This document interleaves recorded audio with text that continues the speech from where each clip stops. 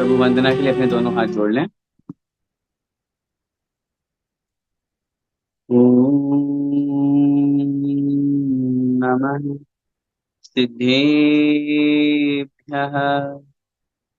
ओम नमः सिद्धेभ्यः।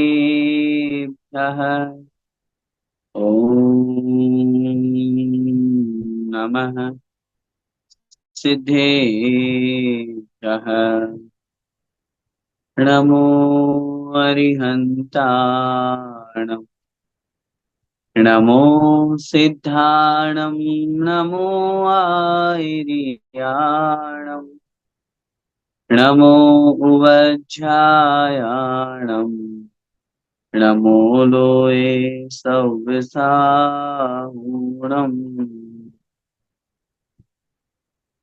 पंच परमेष्ठी भगवान की जय। द्वादशांगमय जिनवाणी माता की जय। संत शिरोमणि आचार्य भगवंत 108 श्री विद्यासागर जी महामुनिराज की जय। चारित्र चक्रवर्ती 108 श्री शांति सागर जी महामुनिराज की जय। अभिनवाचार्य श्री समय सागर जी महाराज की जय। परम पूज्य गुरुदेव निर्यापक श्रवण मुनि पुंगव श्री सुधा सागर जी महाराज की जय। अढ़ाई द्वीपस्थ समस्त महामुनिराजों की जय। अहिंसामय जैन धर्म की जय।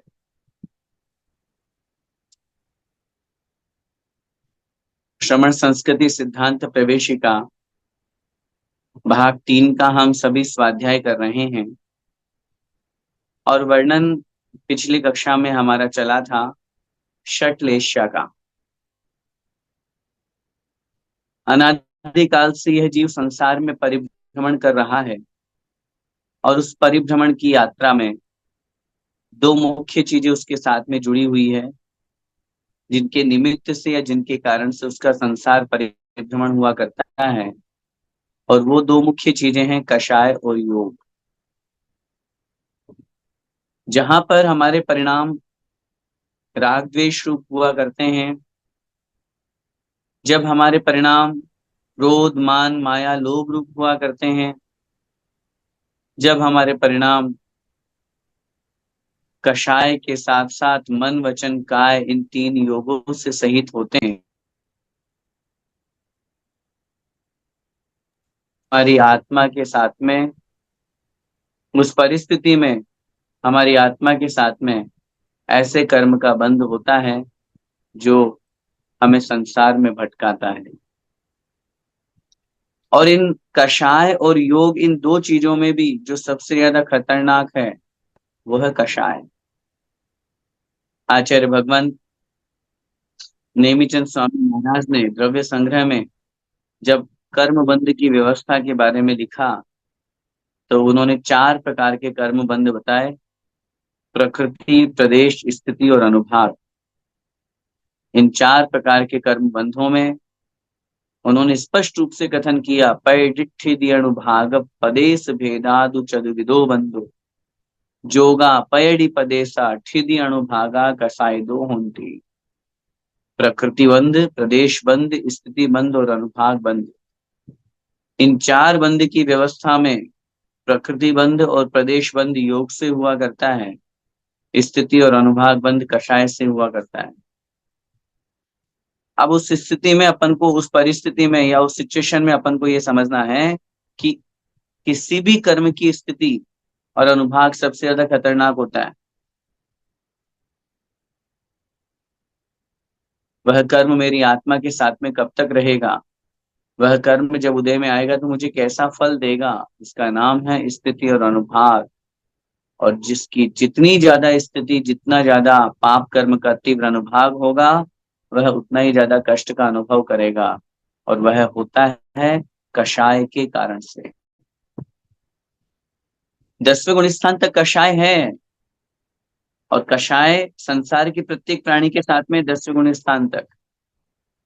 और मैं ये भी कहूंगा कि अपन हैं तो अपन कषाय से रहित नहीं हो सकते वर्तमान की इस स्थिति में, लेकिन अपने उस कषाय पर हम कंट्रोल तो कर सकते हैं। हमारी कषाय के माध्यम से कहीं हमारा संसार परिभ्रमण भटक ना जो चल रहा है वो अनवरत चलता रहेगा, कंटिन्यूअस बना रहेगा, तो फिर हमारा मतलब क्या है धर्म का? हम मंदिर में आकर के भी, हम पूजा पाठ करते हुए भी, हम तीर्थ यात्रा करते हुए भी, हम सामाजिक कार्यक्रम करते हुए भी, हम स्वाध्याय करते हुए भी यदि राग द्वेष कर रहे हैं, यदि कषाय कर रहे हैं, तो फिर जरा विचार कीजिए, फिर हम कैसे बच पाएंगे कषाय से? जरा विचार कीजिए, फिर हम वहां पर धर्म क्षेत्र में भी यदि पाप कर रहे हैं, तो वो वही बात हो जाएगी, अन्य क्षेत्रे कृतम पापम धर्म क्षेत्रे विनश्यति, धर्म क्षेत्रे कृतम पापम वज्रलेपो भविष्यति। अन्य स्थान पर तो हम संसार में तो कषाय करते ही करते हैं, क्रोध मान माया लोभ, चारों के साथ में हमारा संसार चल रहा है, लेकिन कम से कम इतना तो हम ध्यान रखें कि धार्मिक स्थानों पर, मंदिरों में, देव शास्त्र गुरु के सामने हम कषाय न करें। क्योंकि यहाँ पर जो लेश्या है वो स्पष्ट रूप से ये बात कह रही है, आत्मा को जो कर्मों से लिंपन करती है, लिम्पति लेश्या, आत्मा को कर्मों से जो चिपकाती है, कर्मों का जो बंद कराने में मुख्य भूमिका निभाती है, वह लेश्या, मतलब आत्मा के कषाय और योग रूप परिणाम। पिछली कक्षा में अपन ने उस लेश्या की परिभाषा को समझा, और परिभाषा के साथ में अपन ने ये बात बहुत अच्छी तरह से जानी कि किस प्रकार कषाय और योग, ये दो चीजें, इन कषाय और योग के निमित्त से आत्मा के परिणाम वैसे तो अनेक प्रकार के होते हैं, संसार में जितने जीव हैं उतने तरह के परिणाम हैं, लेकिन फिर भी आचार्यों ने मोटे रूप में उन परिणामों को, और अगर और स्थूल बात करें तो दो प्रकार का बताया, एक शुभ परिणाम, एक अशुभ परिणाम। और उन्हीं परिणामों में और भेद करेंगे तो शुभ परिणाम तीन तरह के, पीत पद्म और शुक्ल लेश्या रूप, और अशुभ परिणाम तीन तरह के, कृष्ण नील कापोत रूप में। उल्टे क्रम में चलेंगे तो कापोत, नील और कृष्ण के रूप में। इन छह प्रकार के परिणामों में किस तरह के परिणाम हुआ करते हैं, और पिछली क्लास में मैंने आपको कहा था, ये क्लास हमारे आत्म परिणामों को जानने की क्लास है। अब तक अपन पढ़ रहे थे भैया कर्म का बंध होता है, कर्म की व्यवस्था चलती है, आठों कर्म का स्वरूप अपन एक चैप्टर पढ़ा था। पहले अपन ने पंच परमेष्टि के बारे में अच्छी तरह से समझा, उनके पहले दो भागों में अपन ने सम्यक दर्शन ज्ञान चारित्र देव शास्त्र गुरु और सब कुछ पढ़ा अपन ने। लेकिन ये जो क्लास है ये हमारे आत्म परिणामों की क्लास। मेरे परिणाम कैसे हैं कोई और नहीं जान सकता, हम खुद जान सकते हैं, हमारे अपने परिणाम हैं। और इसीलिए अपन ने जो छह प्रकार की लेश्या है, उस छह प्रकार की लेश्या में से पिछली क्लास में अपन ने कृष्ण लेश्या तक समझ लिया था, उसका रिवाइज करते हुए अपन आगे बढ़ेंगे। छह प्रकार की लेश्या हुआ करती है। सबसे पहली लेश्या जो है वो है कृष्ण लेश्या। इसमें सदा बुरे विचार करना, बात बात में क्रोध आना, दूसरों से घृणा करना, दया धर्म से रहित होना, बैर भाव रखना, सदा शोक संतप्त रहना आदि कृष्ण लेश्या वालों के लक्षण हैं, अर्थात अत्यंत तीव्रतम, अर्थात वोष्ठ परिणाम, बिल्कुल खराब, ऐसी नेगेटिविटी, ऐसे परिणाम जिनको कोई कोई पसंद ही नहीं करे। नाक पे गुस्सा चढ़ा रहता है, अहंकार पूछो ही मत, क्या पता किस बात का अहंकार है, और मन में तो बाहर तो कुछ और है? बगुले के जैसे, बगुला बाहर से तो बिल्कुल ऐसा लग रहा है बिल्कुल सफेद झक, बिल्कुल ध्यान कर रहा है साधु संत जैसे, और जैसे ही उस तालाब में मछली आती तुरंत अपनी चोंच मार करके उसको मार देता है। इस तरह की मायाचारी है। लोभ तो पूछो ही मत, इतनी इच्छा है कि बस पूरा ब्रह्मांड का स्वामी मैं ही बन जाऊं। कितनी कषाय है, ये बात अपन को समझनी है। मैं फिर आपसे निवेदन कर रहा हूं, हमारी कषाय नष्ट नहीं होंगी गृहस्थ में रहते हुए, लेकिन कषाय कम तो हो सकती है। जितनी कषाय हम कर रहे हैं, जितना गुस्सा हम करते हैं, कभी इस बात पर विचार करो कि हम क्यों करते हैं, किस बात का अहंकार है, किस बात का लोभ है। जितना है हम उसको ही नहीं भोग पा रहे हैं, और हम उम्मीद करते हैं कि हमें और कुछ मिल जाए। ये लोभ, लालच, तृष्णा, मायाचारी, क्रोध, मान, ये सब जो राग द्वेष आदि हैं, ये हमें गर्त में ले जाने वाले हैं। एक चित्र यहाँ पर आपकी पाठ्य पुस्तक में एक पेड़ का दिया हुआ है और प्रसिद्ध उदाहरण है। 6 मित्र हैं और वो 6 मित्र फल प्राप्त करना चाहते हैं, फल खाना चाहते हैं। अब उसमें एक मित्र जिसने कृष्ण लेष्या के बारे में अभी अपन ने पढ़ा, उसके इतने गलत परिणाम है, इतने गलत परिणाम है कि वो बोलता है मुझे फल खाना है, और वो पेड़ को जड़ सहित काट रहा है। अब देखो फल कितने खाना है, मुश्किल से 1 या 2, और खाना है तो पके फल खाओगे। लेकिन वो क्या कर रहा है, पूरे पेड़ को ही जड़ सहित नष्ट कर रहा है।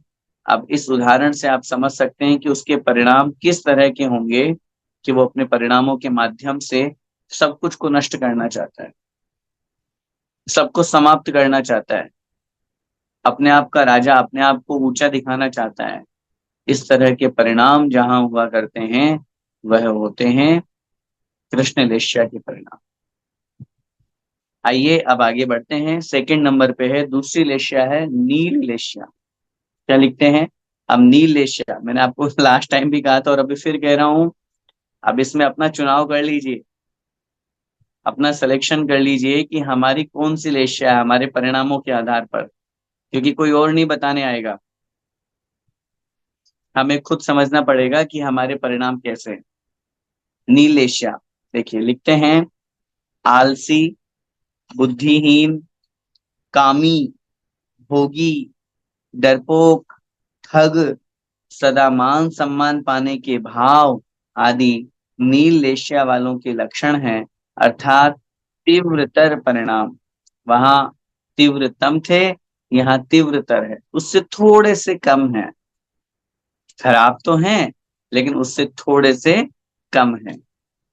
क्या मतलब हुआ, एक एक को समझिए। आलसी, जिसकी जीवन में आलस भरा पड़ा है, प्रमाद, इतना आलस्य है कि बस पूछो मत। काम करने के लिए कहा जाए तो बस, हाँ दुनिया में है, ऐसे भी लोग हैं जो मेहनत पुरुषार्थ करने से डरते हैं। बस बाप दादाओं के पैसे हैं, उनके द्वारा दी हुई दौलत का उपभोग कर रहे हैं, बस जो मिल रहा है बस खुश है। छोटा मोटा कोई काम कर लिया तो कर लिया, नहीं तो बस हम तो ऐशो आराम की, आराम वाली जिंदगी। आत्मा जब, या यह मनुष्य जब बाहरी गृहस्थ को चलाने के लिए पुरुषार्थ नहीं कर रहा है, अब आप बोलो कि मुझे जरूरत ही नहीं है, जरूरत नहीं होना अलग चीज है, आलस करना अलग चीज है। जब हम इस शरीर के निमित्त ही पुरुषार्थ नहीं कर रहे हैं, वह आलसी व्यक्ति आत्म कल्याण के लिए क्या पुरुषार्थ करेगा।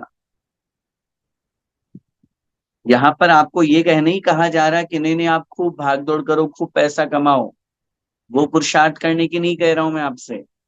वो तो बहुत अच्छी बात है, जितना कम होगा उतनी अच्छी बात है, लेकिन समझना है अगर कोई नहीं कर रहा है, घर में बैठा बैठा बस सो रहा है, खा पी रहा है, सो रहा है, गप्पे लड़ा रहा है, घूमने जा रहा है, तो फिर जब वो शरीर या परिवार के लिए पुरुषार्थ नहीं कर रहा, तो आने वाले समय में वो अपने आत्म कल्याण के लिए क्या पुरुषार्थ कर पाएगा।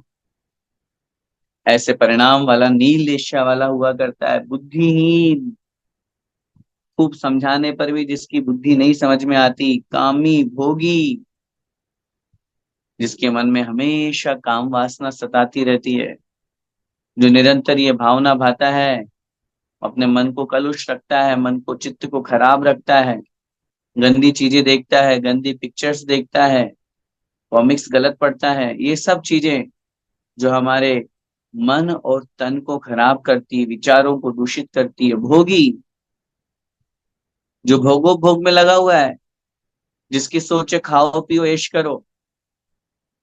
हमारे यहाँ पर एक चारवाक नाम का मत चलता है, जैसे जैन दर्शन मत होता है ना, न्यायिक होते हैं, मीमांसक होते हैं, उनकी एक धारणा हुआ करती है। वो कहते हैं यावत जीवेत सुखम जीवेत ऋणम कृत्वा घृतम पिबेत भस्मीभूतस्य देहस्य पुनरागमन कुतः। जब तक जियो सुख से जियो, ऋण लेकर के, कर्जा लेकर के घी पियो, जब इस संसार से हमारा मरण हो जाएगा तो कौन वापस आने वाला है? किसने किसको देखा? आप तो बस ऐशो आराम लाइफ टाइम। होते हैं दुनिया में कुछ लोग ऐसे जिनकी ये सोच होती है, खाओ पियो ऐश करो। ऐसे लोग कौन सी लेशा में आएंगे? नीलेशा में। जो भोगों भोग में विश्वास करते हैं, पंचेंद्रिय विषय भोगों की संपूर्ति होनी चाहिए, मुझे कुछ भी कष्ट नहीं, किंचित मात्र भी कष्ट नहीं। स्पर्शन इंद्रिय बिल्कुल, अरे बिल्कुल, कितना भी हो जाए, चाहे कितनी सर्दी पड़े चाहे कितनी गर्मी पड़े, मेरा घर का टेम्परेचर बिल्कुल एज इट इज मेरे शरीर के अनुकूल रहना चाहिए। रसना इंद्रिय की लोलुपता, बस जो चाहिए मुझे बस मिलना चाहिए। ऐसे घ्राण चक्षु कर्ण पंचेंद्रिय विषयों के जो भोगी हुआ करते हैं, नील लेश्या वाले कहलाते हैं। डरपोक, हाँ हाँ, कुछ लोग ऐसे वो डरते हैं। किससे? पाप से नहीं डरते, उन्हें पाप से डर नहीं लगता। वो तो चोरी करते हैं, गलत काम करते हैं और मन ही मन में संशय बना रहता है। दूसरा ठग, स्वयं ठगते हैं दूसरों को। सदा मान सम्मान की भावना जिनके अंदर हुआ करती है, मेरा मान सम्मान हो, मेरा नाम हो, जिन्हें नाम की इच्छा हुआ करती है, ऐसे लोग जो हुआ करते हैं वह नील लेश्या वाले लोग परिणाम वाले होते हैं। और ये परिणाम कृष्ण लेश्या से कुछ अच्छा है तो खराब ही, है तो खराब ही, लेकिन कृष्ण लेश्या की अपेक्षा से कुछ अच्छा है। जैसे कृष्ण लेश्या वाला उस पेड़ को जड़ सहित काट रहा था, नील एशिया वाला बोलेगा नहीं नहीं, मैं जड़ सहित नहीं काटूंगा, नष्ट नहीं करूंगा पेड़ को, लेकिन वो तने के वहां से काट रहा है। देखिए सेकंड नंबर पे जो आपके चित्र में दिखाया गया है, वो तने के वहां से उस पेड़ को काट रहा है, ताकि पेड़ पेड़ तो वापस नया बन जाएगा, उगा रहेगा, लेकिन वो ऊपर का पूरा नष्ट करना चाह रहा है। किसके लिए? सिर्फ एक दो फल के लिए। ये भी अशुभ लेश्या की कोटि में ही आता है। इसके बाद में आगे बढ़ते हैं तीसरे नंबर की लेश्या, जिसका नाम है कापोत लेश्या। कापोत का शाब्दिक अर्थ होता है कबूतर। सलेटी रंग जो कलर जो होता है वह कापोत लेश्या द्रव्य की अपेक्षा। ये भाव कैसे होते हैं उसके?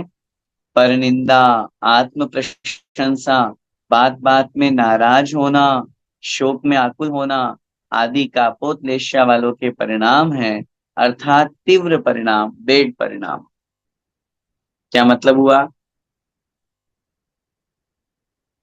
नील लेश्या वाले से कुछ अच्छा है तो परिणाम खराब, बेड बेड परिणाम कह दिया, बैड थॉट्स कह दिया, बैड विचार जितने भी आज उसके अंदर आ रही है, थिंकिंग आ रही है, सोच रहा है, वो सब खराब है।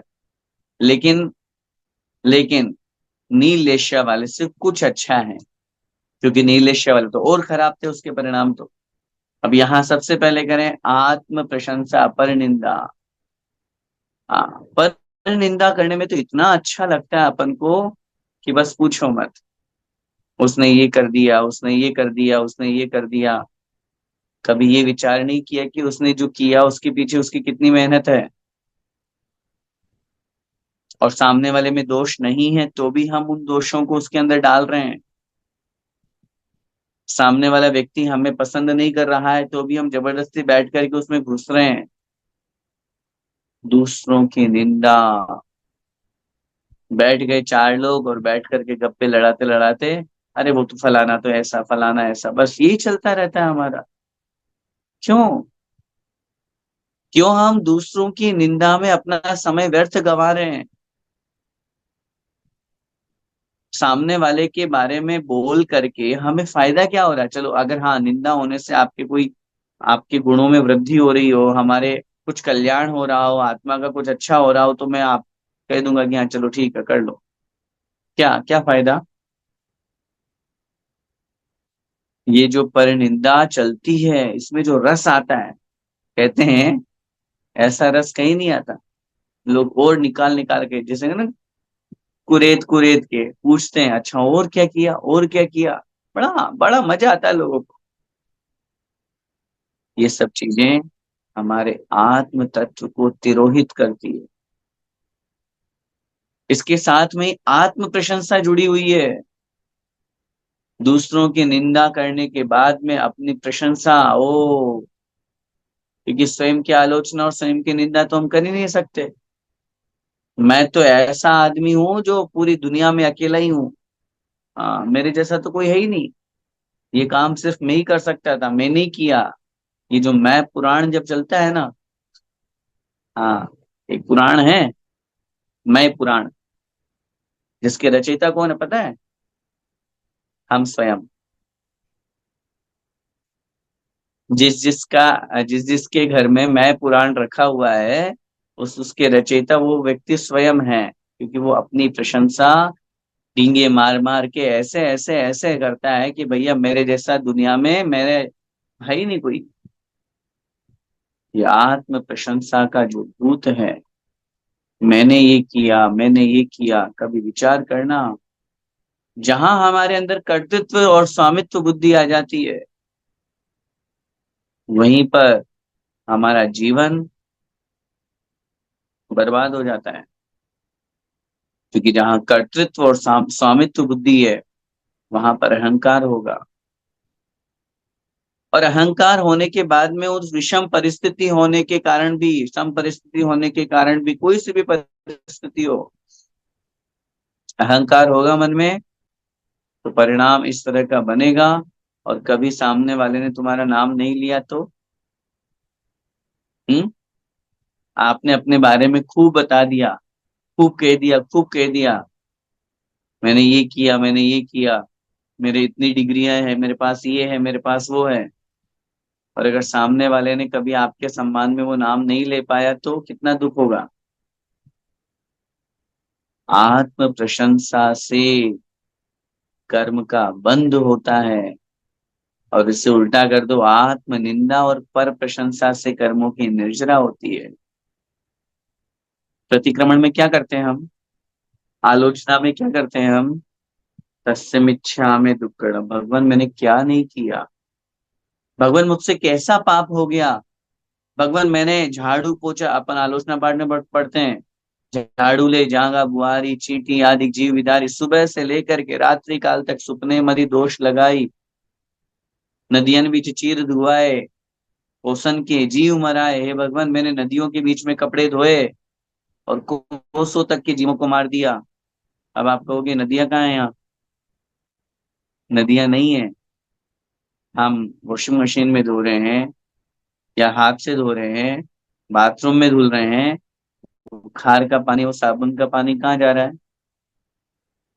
नालियों में जा रहा है। और उन नालियों में कितने त्रैश जीव मरे भरे पड़े हैं, उन सब जीवों की हिंसा होती है उससे। हर चीज को सुबह से लेकर के रात्रि पूरी 24 घंटे की गतिविधि उस आलोचना पाठ में दी, अपन पढ़ते हैं। और भगवान से, भगवान मुझे क्षमा करो, भगवान ये गलती होगी मुझे क्षमा करो, मेरे माध्यम से कैसे जीव हिंसा होगी मुझे क्षमा करो। ऐसी स्थिति हम प्रतिक्रमण में करते हैं, किए हुए दोषों की आलोचना करते हैं। ये ऐसा करने से कर्मों की निर्जरा होती है। और वही उल्टा कर रहे हैं हम तो, वो तो करते नहीं है, वो तो बहुत कम लोग करते हैं। हाँ, वो तो हम साल में एक बार कर लेते हैं भैया जी, जब 10 लक्षण पर्व आता है ना चतुर्दशी का, तो हम उस दिन प्रतिक्रमण करते हैं, बहुत अच्छी बात है। तो एक दिन के प्रतिक्रमण से पूरे साल भर के पाप धुल जाएंगे। एक दिन में, साल भर में 365 दिन में एक अनंत चतुर्दशी को प्रतिक्रमण करते हैं, क्यों भाई, क्यों? हर दिन होना चाहिए। और हर दिन कर पाओ या ना कर पाओ, तो कम से कम आत्म प्रशंसा से तो बचो, पर निंदा से तो बचो। इसलिए यहाँ स्पष्ट नील लेशा वाले के स्वरूप में बताया है, उसके परिणाम कैसे हुआ करते हैं। जो आत्म प्रशंसा में तल्लीन रहता है, कितने लोगों को देखते हैं, जब भी कोई बात आती है, मंच पर खड़े होते हैं, बस शुरू हो गए, मैंने ये किया, मैंने ये मंडल बनाया, मैंने ये किया, मैंने ये तीर्थ बनाया, मैंने इतने लोगों को इकट्ठा किया, मैंने। अरे भाई, तुमने क्या किया है? मैं करता जग का क्या काम, होता स्वयं जगत परिणाम। उसी कर्तृत्व बुद्धि को छोड़ करके कर्तव्य बुद्धि को अपनाइए। कर्तव्य बुद्धि का मतलब होता है इट्स माई ड्यूटी, कर्तव्य है मेरा, मैंने उस कर्तव्य को किया है, मैं समाज का बंधु हूं, मैंने समाज से कुछ लिया है, इसलिए मैंने समाज को कुछ दिया है। मैंने कुछ नहीं किया, ये कार्यक्रम मैंने किया, मैंने कुछ नहीं किया, ये तो मेरे समाज के ऊपर मेरा बोझ था, ऋण था जो मैंने चुकाया है। मैं क्या कर सकता हूँ? घर परिवार में किसी को पालन पोषण कर रहे हैं, किसी को आगे बढ़ा रहे हैं, बच्चों को, सबको, कोई कर्तृत्व भाव नहीं, मैंने किया नहीं, इट्स माई ड्यूटी, ये मेरे कर्तव्य है मेरा। और कर्तव्य जहां होता है वहां पर अहंकार नहीं आता, वहां घमंड का भाव नहीं आता। क्यों? क्योंकि वो मेरा कर्तव्य है, मुझे करना है। इस तरह का परिणाम होना चाहिए। इसके अलावा नीक कापोतलेश्या वाला जो है, बात बात पर नाराज होता है, इसके अंदर ईगो हर्ट होता है, नहीं मेरी बात माननी है, मेरी बात क्यों नहीं मानी आपने। इस तरह के परिणाम जहां होते हैं, और साथ में शोकाकुल होना आदि, ये कापोतलेश्या वाले परिणाम जिनके हुआ करते हैं, ये भी अशुभ लेश्या के अंतर्गत ही है। सॉरी, ये भी अशुभ लेश्या के अंतर्गत ही है। होने में तो नील लेश्या से थोड़े बहुत अच्छे हैं, लेकिन है तो खराब। कृष्ण लेश्या वाला तो पूरे पेड़ को जड़ सहित ही काट रहा था, नील लेश्या वाले ने थोड़ा सा पेड़ बचा दिया, तने से काट रहा था। और कापोत लेश्या वाला बोला, नहीं नहीं भैया, मैं तने से काट के क्या करूंगा, मुझे तो फल खाना है। तो वो एक बड़ी शाखा जो है, दिखा रहे हैं यहाँ पे, इसमें दिखाया गया है, बड़ी शाखा, उस बड़ी शाखा को काट रहा है, जिसमें अंदर छोटी छोटी शाखाएं भी लगी हुई है, कच्चे और पक्के फल सब लगे हुए हैं, और वो बड़ी शाखा को काट रहा है। आचार्यों ने कहा, नील लेशा से कुछ तो अच्छा है, लेकिन है तो वो भी खराब ही भाई। तुम्हें फल खाना है एक या दो, क्यों तुम इतने बड़ी डाल को काट रहे हो, इतनी बड़ी डाल, इतनी बड़ी शाखा को, जिसमें कोई मतलब ही नहीं है। कितनी हिंसा होगी, कितना वेस्टेज होगा, इस तरह के भाव। अब इस उदाहरण को पेड़ में मत लगाओ। आप लोग भोजन करने जाते हो ना, बफे सिस्टम में। हाँ, मैंने हम लोग नहीं बोला, क्योंकि हम नहीं जाते हैं, आप लोग जाते हैं। तो जब बफे सिस्टम में या केटरिंग में, आजकल तो सब जगह वही है, अब उसमें आप कितना लेते हैं और कितना वेस्टेज करते हैं, आप सोच लीजिए। जितना हमें आवश्यकता है उतना अगर अपन ग्रहण कर रहे हैं तो हमारे परिणाम अच्छे हैं। और खाने की लोलुपता में हम भर तो लेते हैं, खा तो लेते हैं, ले तो आते हैं, लेकिन उसके बाद में वेस्टेज फेंक दिया हमने। कैसे संस्कृति को अपना रहे हैं हम, जहाँ एक एक अन्न का दाना खाने को दुनिया में ऐसे भी मनुष्य हैं, ऐसे भी लोग हैं जो तरस रहे हैं, और वहां हम कितना सारा भोजन फेंक देते हैं नालियों में, गंदगी में गया, कचरे में गया। ऐसे परिणाम जहां पर होंगे तो वह अशुभ लेशा ही होगी, और अशुभ लेशा का परिणाम जो है, ये नरक तिर्यंच गति है। आगे बता रहे हैं, चौथे नंबर की लेशा है पीत लेशा। अब तीन अशुभ लेशाएं समाप्त हुई, अब शुभ लेशाओं का क्रम शुरू हो गया। अब ये शुभ लेशा पीत, पीत से अच्छी पद्म, पद्म से अच्छी शुक्ल होती है। आइए पीत लेशा का स्वरूप पढ़।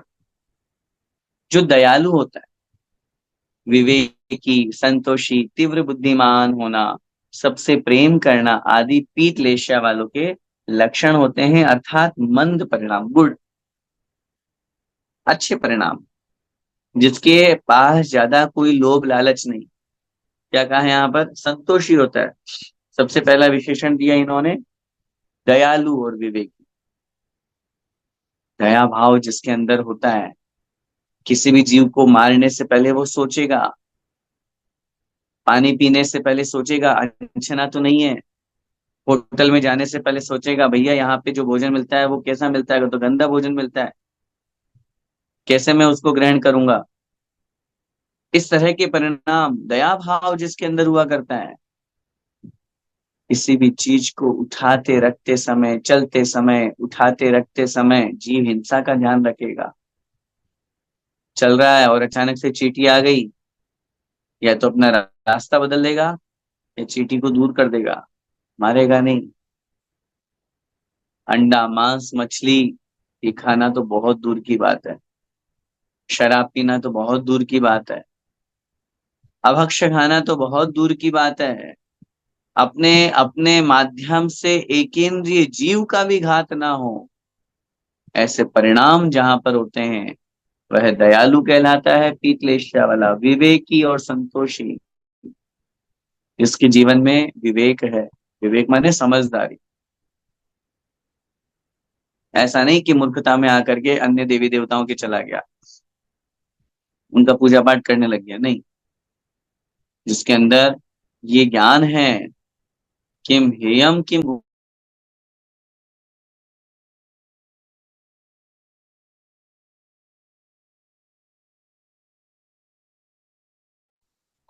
मेरे लिए उपादेय क्या है, मुझे क्या ग्रहण करने योग्य है और क्या छोड़ने योग्य है, इस तरह के भाव जहां पर होते हैं वो विवेकी कहलाता है। संतोषी, ये तो कहना ही क्या।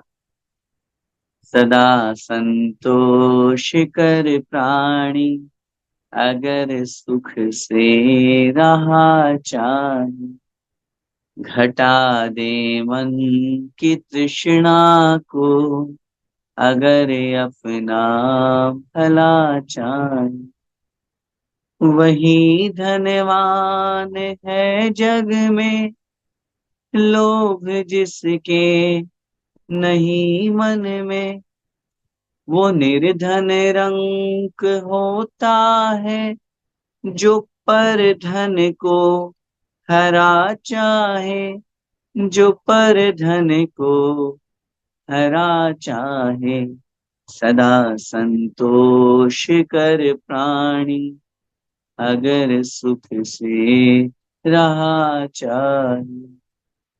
संतोषी व्यक्ति हमेशा लाइफ में जहां सेटिस्फेक्शन होता है, खुश है, आनंद में जीवन है, विकल्प नहीं है, टेंशन नहीं है। और जिसके जीवन में लोभ, मुझे ये भी चाहिए ये भी चाहिए, जो बस दौड़ता रहता है दौड़ता रहता है दौड़ता रहता है, दौड़ते ही दौड़ते दम तोड़ता है आदमी। इसलिए अत्यधिक लोभ खराब है। जो मिला है उसमें संतुष्टि। इसका मतलब ये नहीं कह रहे हम कि पुरुषार्थ मत कीजिए, पुरुषार्थ करो।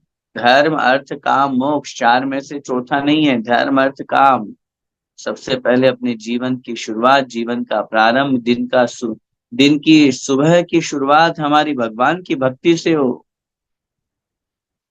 भगवान की भक्ति, पूजा, स्तुति, वंदना, गुरुओं का समागम, उनके प्रवचन, उनके आहार दान आदि से अगर हमारा दिन शुरू होगा तो दिन कितना अच्छा निकलेगा। और यदि वहीं पर उल्टा हो गया तो सुबह उठे, चाय बिस्किट खाए पिए, नहाए धोए कि नहीं, और सीधे चले गए ऑफिस, सीधे चले गए अपने शोरूम, सीधे चले गए अपनी दुकान। भगवान जी आप ठीक है, धन्यवाद। न अर्थ पुरुषार्थ पूर्ण होने वाला है और न धर्म पुरुषार्थ। सिर्फ हम ये सोचें कि हम काम पुरुषार्थ करते रहें, रुपए पैसे कमा लें, पंचेंद्रिय के विषय भोगों को भोगने के कार्य करते रहें, वो भी बिना धर्म और अर्थ के नहीं होगा। कर लो जब तक तुम्हारे पिछले भव का, ये पिछले भवों का पुण्य चल रहा है, तब तक मिल जाएगा ये सब। और जब वही वही पुण्य जब हमारे लिए कमजोर होगा तो फिर स्थिति बदल जाएगी। इसलिए संतोषी जीवन हमारा होना चाहिए। इसके बाद में करें तीव्र बुद्धिमान होना, समझदारी होना, बुद्धि होना कि मुझे पढ़ना क्या है, लिखना क्या है, समझदारी दिखाना, सबसे प्रेम करना। इस तरह के परिणाम जहां पर होते हैं वह पीतलेश्य वाला है। अब आप लोग बोलेंगे हाँ भैया जी हम लोग इस कैटेगरी में आ जाएंगे। हैं? अभी मैं पूछूंगा क्लास के बाद कौन कौन कौन सी कैटेगरी में है। अपने अपने परिणाम अपने को संभालना है, हम नहीं पूछेंगे, चिंता मत करो, डोंट वरी। लेकिन अपने को अपने परिणाम खुद समझना है।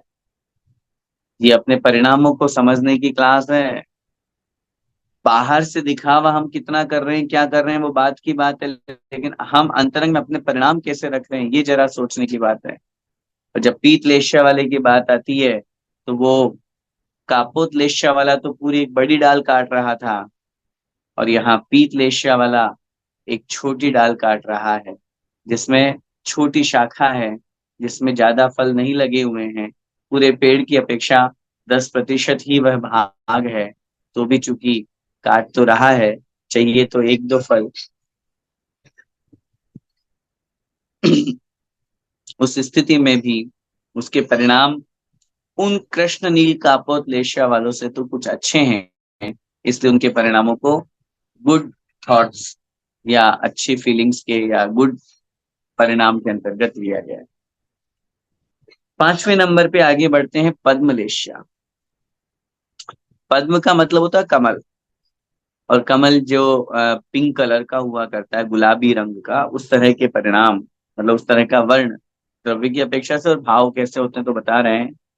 सदा प्रसन्न रहना, सदा परोपकार करना, देव पूजा दान आदि करना, त्याग के भाव रखना आदि पद्मलेशिया वालों के लक्षण हैं। अर्थात मंदतर परिणाम, बेटर, तो ना गुड बेटर बेस्ट, तो बेटर परिणाम गुड से थोड़े अच्छे हैं, पीतलेशिया वाले से कुछ अच्छे हैं, और अच्छे हैं। पीतलेशिया वाले के अच्छे हैं, लेकिन उससे भी अच्छे परिणाम पद्मलेशिया वाले। क्या करें, यहाँ पे सबसे पहला विशेषण दिया सदा प्रसन्न रहना, बिल्कुल प्रसन्न चित्त, मुस्कुराता हुआ चेहरा। टेंशन किसको नहीं है लाइफ में? कोई तन दुखी, कोई मन दुखी, कोई धन दुखी, संसार में सबके जीवन में कोई ना कुछ टेंशन, कुछ ना कुछ बातें होती रहती है, चलता ही रहता है। कब तक ले होगे? है? हाँ, अगर हमारा चेहरा इस तरह का बना लेने से हमारी टेंशन अगर भग जाए, तब तो चल बना लो। उल्टा है, प्रसन्न चित्त रहने से मन बड़ा अच्छा रहता है। फिर चाहे कितनी भी परिस्थितियां विषम हो जाएं, चाहे कितनी भी टेंशन हो जाए, चाहे कितना ही नुकसान लग जाए, चाहे कुछ भी हमारे साथ परिस्थिति घट जाए, वो चुटकियों में चली जाएगी। टेंशन भी बोलेगी भाई ये तो मेरे आने पर भी टेंशन में नहीं आ रहा है, मेरा स्वागत नहीं कर रहा है, मुझे स्वीकार नहीं कर रहा है, तो मैं यहाँ क्यों रहूं, उसके पास जाऊं ना जो मुझे स्वीकार करेगा। छोड़ के चली जाएगी वो। आप प्रसन्नता है, खुशहाली है, अच्छे परिणाम है,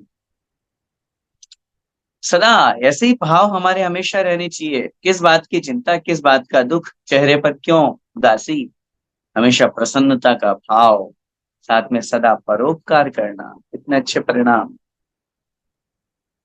हमेशा अपनी शक्ति के अनुसार दूसरों के प्रति उपकार का भाव, दया का भाव, करुणा का भाव। आज अगर हमें पुण्योदय से कुछ मिल रहा है, मिल गया है, तो ऐसे भी लोग दुनिया में हैं जो अपेक्षा रखते हैं, आज उनका पुण्योदय नहीं है, उनका पाप का उदय, गरीब है, भोजन नहीं है खाने के लिए जिनके पास, घर नहीं है जिनके पास रहने के लिए, ओढ़ने के लिए कपड़े नहीं है। निवेदन करना चाहूंगा, दीपावली आ रही है, हम लोग सब अपने घरों में भरे हुए हैं, बस संचय संचय संचय, और ऐसी ऐसी चीजें होंगी, विशेष रूप से महिलाओं से निवेदन करूंगा, जो हमारे उपयोग की नहीं है,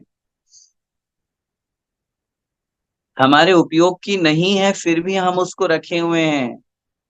साल, 2 साल, 3, 4, 5 साल भी हो सकते हैं, उपयोग ही नहीं आई, फिर भी हाँ उस दिन आएगी, पता नहीं कब आएगी भाई।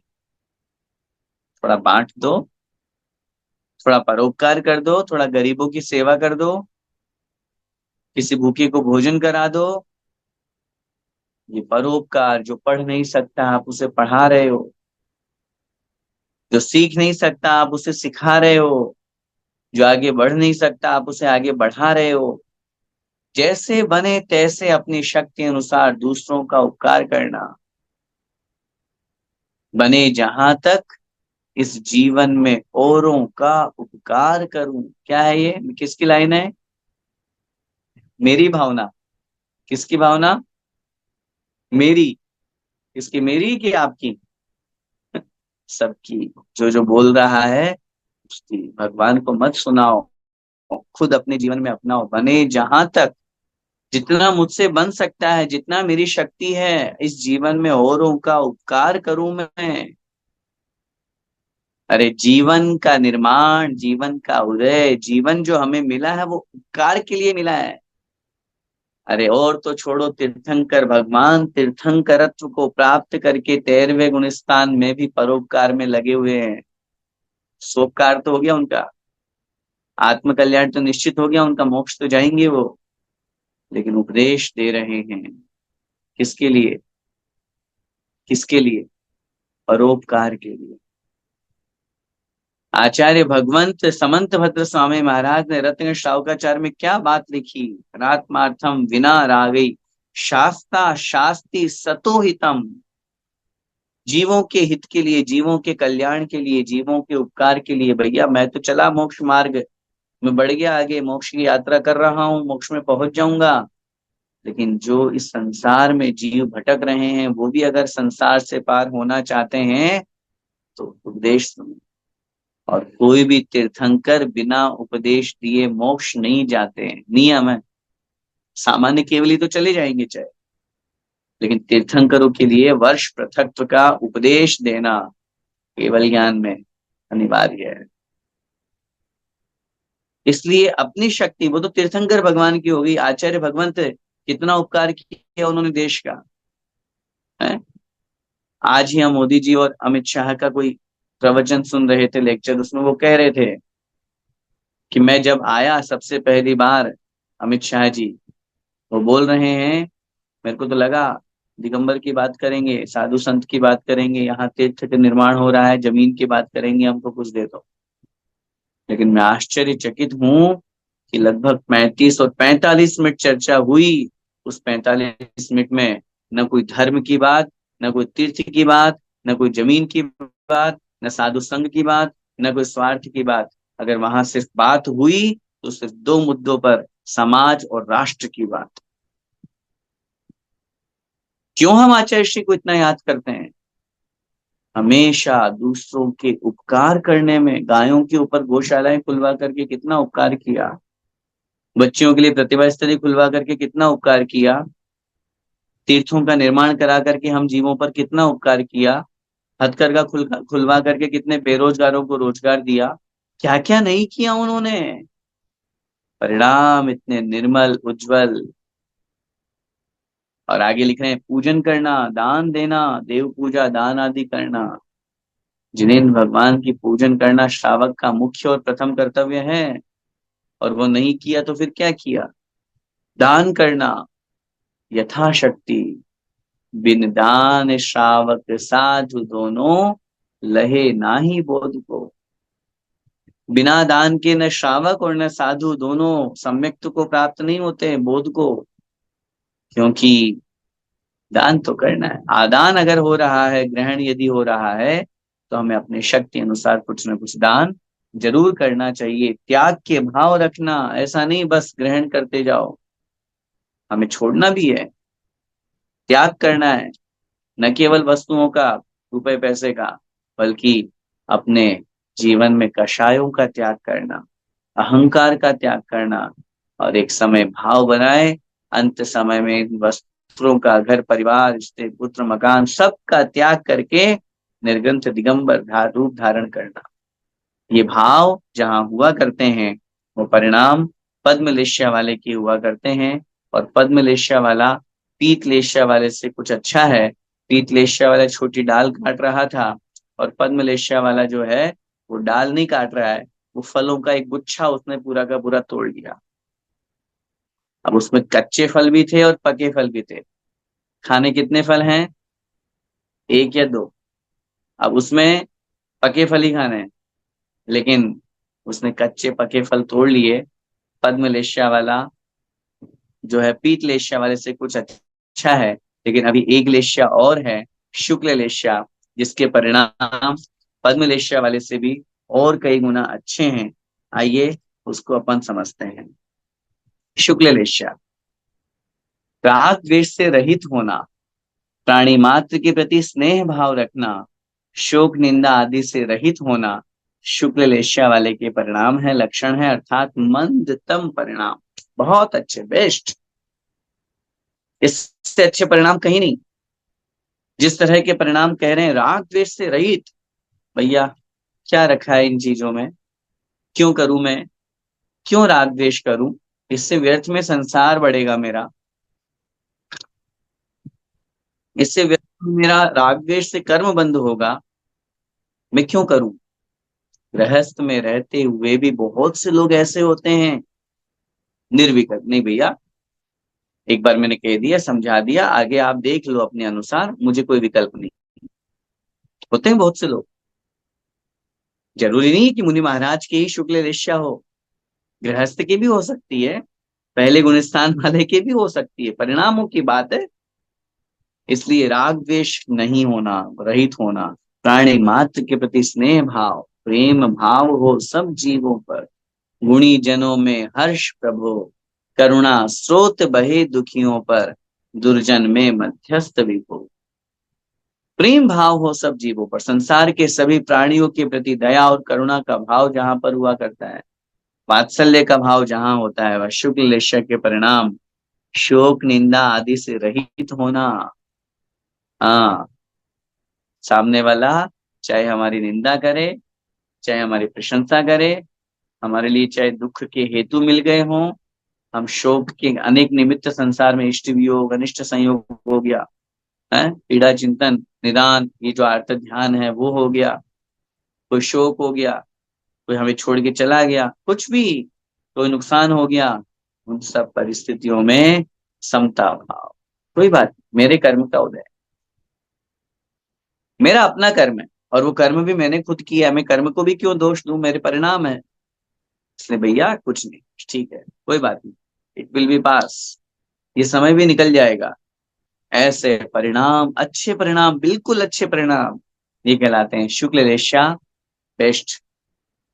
और यह व्यक्ति उस पेड़ के उदाहरण की तरफ आगे बढ़ेंगे, उसने लगाया है, वो व्यक्ति न तो जड़ सहित उस पेड़ को काट रहा है, न तने को काट रहा है, न बड़ी शाखा को काट रहा है, न छोटी शाखा को काट रहा है, न फलों के गुच्छों को ले रहा है, वो तो पके फल खाना है। पेड़ के नीचे जो पके फल थे वो गिर गए, पक गए, इसलिए उसने उठाया एक फल, बढ़िया धोया, साफ किया और खा लिया, तृप्त हो गया। भैया मुझे क्या करना, क्यों मैं पेड़ को काटूं, क्यों मैं गुच्छों को काटूं, क्यों मैं फलों का गुच्छा पूरा का पूरा लूं, क्यों मैं एक शाखा को काटूं, क्यों? जितना मुझे काम है उतना मैं ले लिया, इसमें संतुष्ट हो गया। इस तरह के परिणाम उस शुक्ल लेश्या वाले के हुआ करते हैं। और इसी बात को यहाँ पर एक पैराग्राफ के माध्यम से अगले पेज पर समझा रहे हैं। आइए देखते हैं। लेश्याओं के स्वरूप को समझने के लिए एक उदाहरण प्रचलित है। 6 मित्र एक बगीचे में गए, वहां उन्होंने आम से लदा हुआ वृक्ष देखा। पहला मित्र बोला, चलो इस वृक्ष को उखाड़ डालें और पेट भरकर आम खाएं। ये कौन था? कृष्णलेश्या।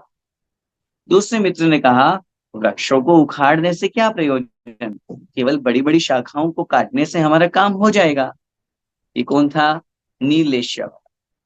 तीसरे ने कहा, यह भी तो उचित नहीं है, हमारा काम तो छोटी छोटी टहनियों को काटने से ही हो जाएगा। ये था कापोतलेश्या। चौथे मित्र ने कहा, टहनियों को तोड़ने से भी क्या लाभ, केवल गुच्छों को ही तोड़ना पर्याप्त है। ये था पीतलेश्या वाला। पांचवा मित्र बोला, हमें गुच्छों से क्या प्रयोजन, केवल पके फल तोड़ लेना ही अच्छा है। ये हुआ पद्मलेश्या वाला।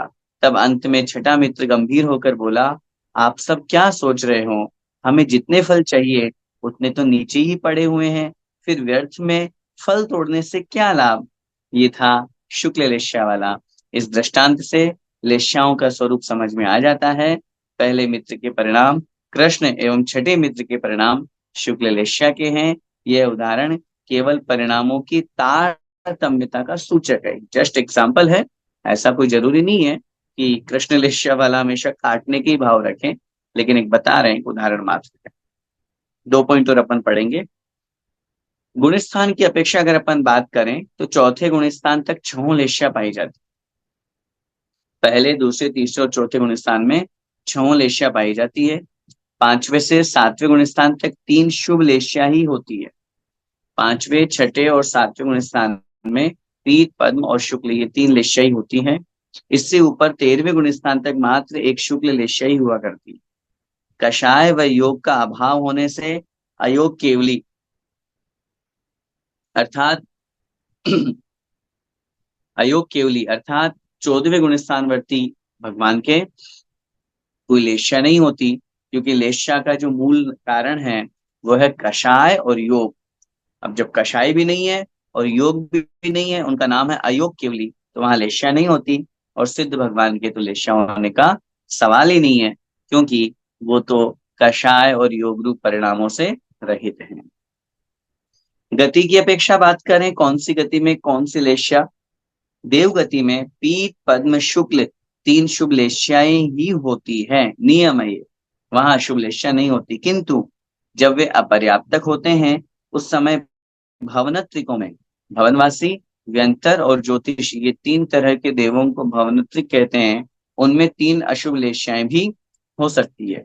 लेकिन जब वो पर्याप्तक हो जाते हैं तो भवनत्रिकों में मात्र पीत लेश्या ही पाई जाती है, पद्म और शुक्ल नहीं पाई जाती। और वैमानिक देवों में पीत, पद्म और शुक्ल ये तीन लेश्याएं पाई जाती है। मनुष्यों में छह लेश्याएं पाई जाती है।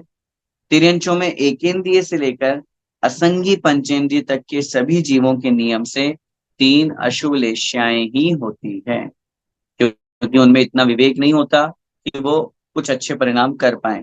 और संगी पंचेंद्रिय तिर्यंचों की छह लेश्याएं संभव हुआ करती है। ये सभी लेश्याएं भावों पर आधारित हुआ करती है। देवों और नारकियों की भावलेश्या आयु पर्यंत एक ही रहती है। ऊपर वाले पैराग्राफ में जो कहा वो तो बदलती रहती है, जैसे परिणाम होंगे वैसे लेश्या बदल जाएगी। लेकिन देवों और नारकियों की जो होती है वो पूरे आयु पर्यंत एक ही लेश्या होती है, जबकि मनुष्य और तिर्यंचों की भावलेश्या अंतर मुहूर्त में बदलती रहती है। उनके परिणामों के अनुसार वो लेश्या हुआ करती है और उन्हीं परिणामों के कारण से वह बदलता रहता है। इस तरह से यह लेशिया का जो चैप्टर है ये अपना कंप्लीट हुआ। आज इस पार्ट से अपन को यही समझना है, पिछली क्लास को भी अपन मिला करके आज का कंक्लूजन समझें। हमारे परिणाम कैसे हैं ये हमारे ऊपर डिपेंड।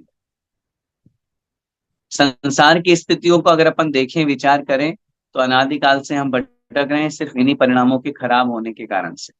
और यदि ये परिणाम हमारे अच्छे बन गए तो हम अच्छे बन सकते हैं, संसार के चक्र को तोड़ करके मोक्ष की यात्रा कर सकते हैं। इसलिए हमेशा अपने परिणामों को हम अच्छा बनाने का प्रयास करें, शुभ बनाने का प्रयास करें। शुभ लेश्याओं रूप हमारे परिणाम हो। जब मनुष्य पर्याय हमको मिली है तो क्यों व्यर्थ में हम अशुभ लेश्या या अशुभ परिणाम बना करके पाप बंद करके संसार बढ़ाएं। शुभ लेश्या करें, शुभ लेश्या रूप अच्छे परिणाम हो, जीवों पर दया, करुणा भाव, संतोषी जीवन, जिन धर्म की पूजा अर्चना, षट श्रावक के षट आवश्यकों का पालन, दान, दया, पूजा, सब कुछ जो अच्छे अच्छे गुण हैं वो हम सबके जीवन में आए, ताकि हमारे परिणाम अच्छे हों। और परिणाम अच्छे होंगे तो पाप कर्म से हम बचेंगे, और पाप कर्म से बचेंगे तो हम संसार में भटकने से बचेंगे, दुखों से बचेंगे। इसी मंगलमय भावना के साथ बोले द्वादशांग मई जिनवाणी माता की जय। संत शिरोमणि आचार्य भगवंत 108 श्री विद्यासागर जी महामुनिराज की जय। अभिनवाचार्य समय सागर जी महाराज की जय। पूज्य गुरुदेव मुनि पुंगव श्री सुधा सागर जी महाराज की जय।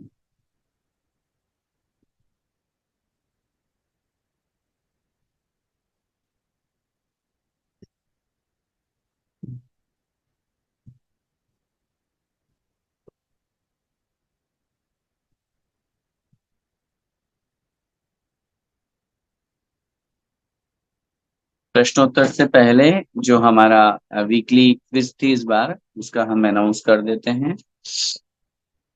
1 मिनट। क्विज नंबर 20 इस बार हमारे सामने थी, और इसमें वही 10 क्वेश्चंस हमारे सामने थे। आइए उन 10 क्वेश्चंस में हम डिस्कस करते हैं। उसके बाद जिनके सारे प्रश्न सही थे, सब उत्तर सही थे जिनके, उनका हम अनाउंस करेंगे। सबसे पहला प्रश्न हमारे बीच में था, जो आत्मा के अनुजीवी गुणों का घात करे उसे घातिया कर्म कहते हैं। ये बात किस ग्रंथ में और किन्होंने लिखी है? समंतभद्र स्वामी ने समय सार में, कुंद कुंदाचार्य ने प्रवचन सार में, और वीरसेन स्वामी ने धवलाजी में।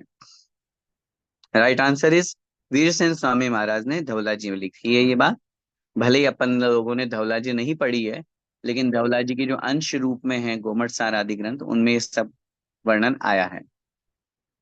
दूसरा प्रश्न, कौन से शास्त्र में लिखा है कि जो 18 प्रकार के दोषों से रहित होते हैं वही अरिहंत परमेष्ठी होते हैं? रत्न शाउकाचार, उत्तर पुराण या हरिवंश पुराण? राइट आंसर इज रत्न करंडक शाउकाचार। आचार्य भगवंत समंत भद्र स्वामी महाराज ने लिखा है, आप तेनो छिन्न दोषेण सर्वज्ञेन आगमेशिना भवितव्यम नियोगेन नान्यथा याप्तता भवेत। इस श्लोक में लिखा है कि जो आप अर्थात सच्चे देव अरिहंत भगवान होते हैं वो उच्छिन्न दोषेण अर्थात 18 दोषों से रहित होते हैं। केवल ज्ञान के पश्चात विहार के समय देवों के द्वारा कितने कमलों की रचना की जाती है? 325, 225 या 125? सही उत्तर है 225। 15-15 की 15 पंक्तियां हुआ करती है, इस प्रकार वहां पर 225 स्वर्ण कमलों की रचना हुआ करती है। चौथा प्रश्न, अशोक वृक्ष अरिहंत परमेष्ठी से कितना बड़ा हुआ करता है? 14 गुना बड़ा, 12 गुना बड़ा या 10 गुना बड़ा? सही उत्तर है 12 गुना बड़ा। भगवान की जितनी अवगाहना होती है उनसे 12 गुना ऊंचाई वाला वह अशोक वृक्ष हुआ करता है। पांचवा, भगवान आदिनाथ की 1008 नामों से स्तुति किस शास्त्र में और किन्होंने की?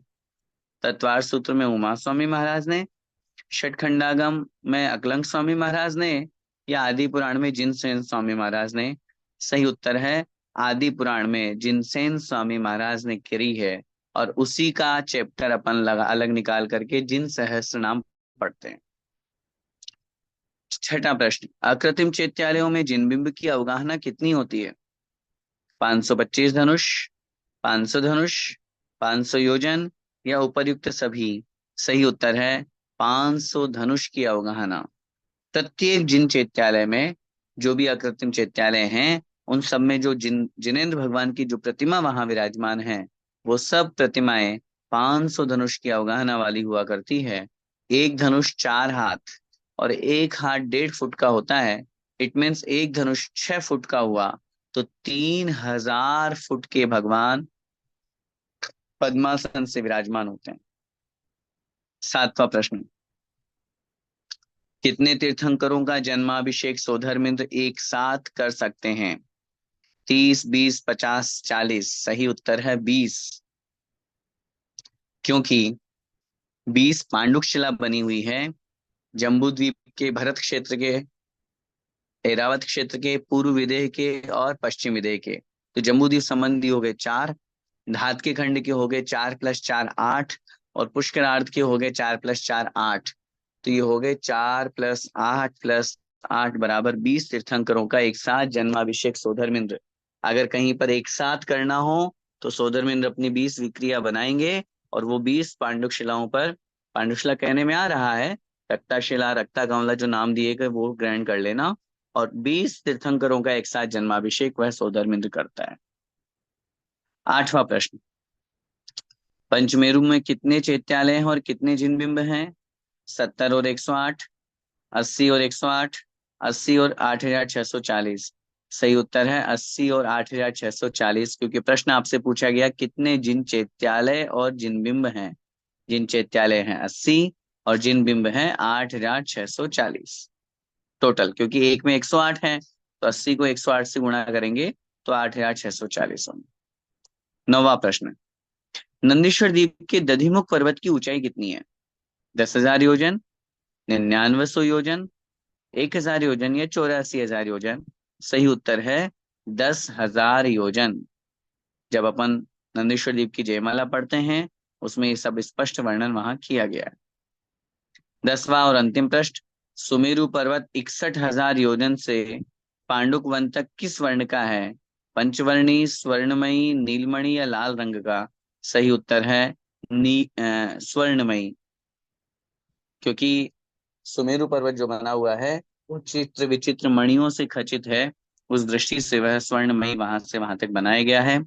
और इस बार क्विज 20 के जो टॉप विनर्स रहे हैं वो हमारे सामने नाम आ चुके हैं। मैं निवेदन करूंगा, एक बार जोरदार तालियों से उनका स्वागत कीजिए। अभिलाषा जी धनोटे दुबई से हमारे बीच में रहे। नितिन जी छाबड़ा मालपुरा से हमारे बीच में रहे। अनुराधा जी जैन इम्फाल। अर्चना जी कासलीवाल इम्फाल। कुसुम जी छाबड़ा इम्फाल। सरला जी सेठी मणिपुर। नीलम जी जैन इम्फाल। और पिंकी जी राव का बगाई गांव। इन 8 लोगों ने इस बार इस क्विज के बिल्कुल सही उत्तर दिए हैं। मैं चाहूंगा एक बार जोरदार करतल ध्वनि से, एक बार जोरदार तालियां बजा करके इनका हम हार्दिक स्वागत और अभिनंदन करते हैं, जिन्होंने बहुत सुंदर उत्तर यहाँ पर पूरे दिए और सही उत्तर के माध्यम से अपना ज्ञान का प्रचार प्रसार किया। मैं निवेदन करूंगा, पिछले 1 महीने का जैसे लास्ट टाइम अपनी क्लास थी, फिर भी लगभग 2 हफ्ता अपन क्लास नहीं पढ़ पाए थे, तो कुछ गैप अपना बीच में आ गया था। वापस मैं निवेदन करूंगा, इस पिच को जितना अपन ब्रॉड कर सकते हैं, जितना फैला सकते हैं, अपन को फैलाना है, ताकि अन्य लोग भी इसके माध्यम से प्रश्नों के उत्तर में व्यस्त होकर के अपने समय का सदुपयोग कर सकें। सदुपयोग के साथ साथ ये भी भावना मेरी है, ताकि वो लोग इन प्रश्नों के उत्तर में अपने आप को जोड़ें। तो जितना अपने माध्यम से हो सकता है इस पिच को फैलाना है, और इस कक्षा के माध्यम से अपन धर्म का प्रचार प्रसार करें।